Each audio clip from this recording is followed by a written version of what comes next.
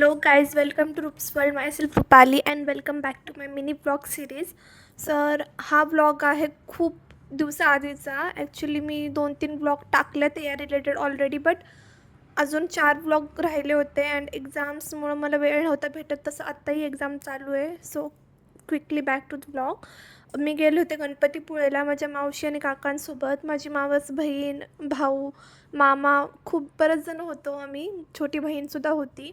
Then 3 दिवसाची trip होती. First day तर माझा पेपर होता, सो पेपरनंतर मी डायरेक्ट गेले होते. 4 वाजता आम्ही निघालो. सर्वात आधी आम्ही गेलो महाडच्या गणपतीला दर्शन करायला अँड तिथं गेल्यानंतर जोरात पाऊस सुरू झाला. मग पाऊस पडत होता म्हणून थोडा वेळ थांबायला लागला आम्हाला. दर्शन लेट झालं.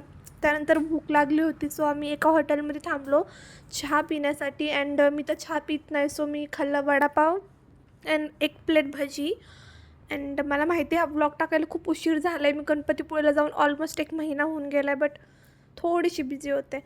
अँड हँडपंप होता तिथं एक, आणि आजच्या काळात हँडपंप खूप रेअर गोष्ट आहे. तर पाय खराब झाले ते, सो चिखलाने तर पाय धुतले सर्वात आधी. देन परत गाडीत बसलो आणि आम्ही निघालो पालीचं गणपती दर्शन करायला.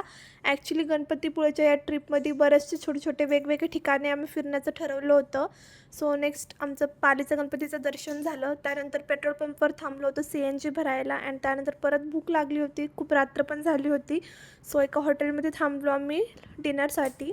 अँड मावशीने घरून भाकर बनवून आणली होती, सो आम्ही ती भाकर खाल्ली. हॉटेलमधून आम्ही मिक्स व्हेजची भाजी ऑर्डर केली अँड राईस प्लेट ऑर्डर केला, ते खाल्लं.